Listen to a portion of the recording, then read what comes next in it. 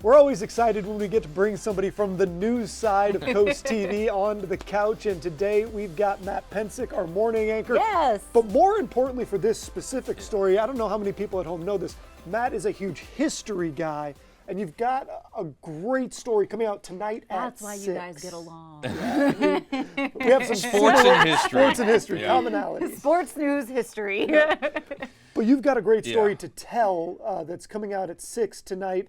Involves World War II, involves us here along the coast. Yeah. What is it? Yeah, sort of our connection to World War II. 80 years ago today, May 14th, a German sub surrendered to Allied forces about 20 miles off the coast of Lewis, and they brought the sub, they towed it back to where Cape Henlopen State Park is now. They tied it up to what is now the fishing pier at Cape Henlopen State Park. So the German sub surrendered off our coast, and they brought the crew back here where they were sent to a prisoner of war camp in America. And, you know, a lot of people that are history buffs might know that the Germans were that close, but I think a lot of people also don't know that there were, you know, German subs just off our coast. Yep. Yeah, there's several of them. And the Fort Miles has a great history of all of that, not just this particular sub, which was 80 years ago today, but there were several other sub incidents off the coast. There was one that laid mines and that blew up a ship that was off the coast over Rehoboth Beach. It apparently made it was a big boom. It had an impact on the area. But again, this one was 80 years ago today. 6 subs were sent out at the end of World War II by the Germans, and they were their goal was to wreak havoc. American shipping, Delaware Bay, key entrance to Philadelphia. But 4 of those subs were sunk before even they got to this far to the North American coast. Well, what made you interested in this story? What kind of drew your attention to it? I always like anniversary dates in history, and this one, I can't remember where I saw it. It might have been a trip to Fort Miles, but it registered in my mind, 1945 in May. So I was like, I kind of tucked that one in the back of my mind until we got closer to this date, you know, along the way doing research on it. But yeah, that's sort of where I came in, you know, just taking that deeper dive into it. And what's sort of the process when you're building a history story?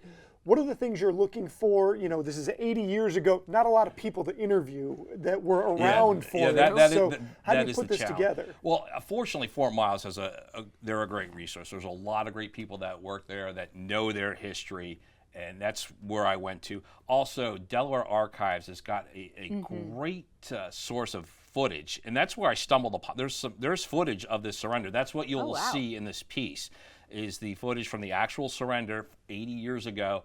And the fact that we had this, I'm like, I think I can do something with this. That we had it's 11, 12 minutes of actual footage of this, you know, the out at sea, then the crew surrendering and then being turned over to the Allied forces. Interesting. We had a little anecdote in my family that my grandfather, who was stationed right there in Cape Henlopen, saw through the towers. He swore he saw a German sub or ship. And my grandmother kept telling him, no, you didn't. And he was like, no, I did. I swear I did. She was like, no, you didn't. And he was like, yes, I did. But neither of them are around anymore. But that was a fun anecdote for us. So we were like, well, I guess he did. You know, but if you've been along our beach, that's what those towers were for. All those towers in Dewey Beach, and then they have those similar towers in Cape May because they work together. There was facilities at Cape May and Fort Miles. They were trying to prevent those ships or those subs from getting into the Delaware Bay and wreaking havoc on Philadelphia. Yeah, you can still see the vestiges of that time. I think it's interesting too because when you think about our coastline, the history here, we're so ready to go all the way back to the first state, the first town. But history keeps happening all the way through, and we've been through a lot on the coast. And it's a key area too. That's why they built Fort Miles, was for that. They put these big guns in there. The one thing, they never had to fire those guns. I don't doubt that your grandfather saw because there was a lot of sub activity out there. So what do people need to know if they're going to watch this story tonight? Which show is it in, and where can they find it after the fact? Right, Coast TV News at 6, so it's our 6 o'clock broadcast.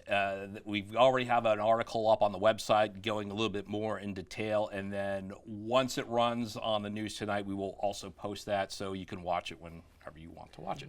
Well, to our audience out there, I want to just let you guys know, anytime that Matt is on one of these history stories, you really want to pay attention. He does an expert job with it, and he always gets a little bit of help from our photog, Ted Corriero. He also really makes those stories sing. You're going to want to tune in Matt, we appreciate you joining us on the couch. All right, well, thanks for having me back. Of course, anytime. Coming up on Coast Life, though, we're taking a trip to Ocean City to check out what's new with the Art League.